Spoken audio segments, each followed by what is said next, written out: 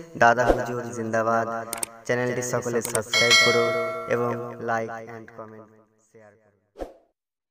বছর জলসা গ্রামে হচ্ছে, 25 বছর জলসা হচ্ছে, এখনো জল বলছে পানি বলে না।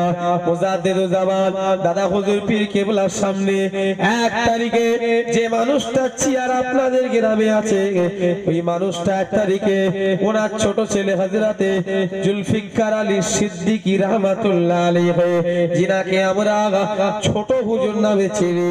ছোট হুজুর 1 তারিখে ইয়ং বয়সে, আমার আপনার মতো বয়স, ইয়ং বেলায়, বাচ্চা বেলায় আমার ভাইজানেরা রক্ত বলে ফেলেছিল।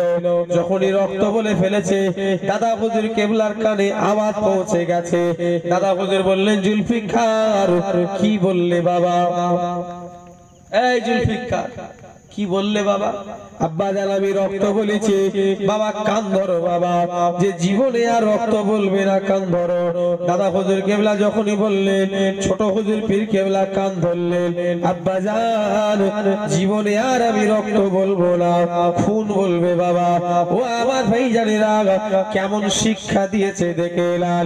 আজকে ছেলেরা যে নামাজ পড়ে না, এর লেগে দোষ অধিকাংশ গার্জেনদের, কথা ঠিক না বেঠিক? রাগ করবেন না। গাছ তোর নাম কি, ফলে পরিচয়।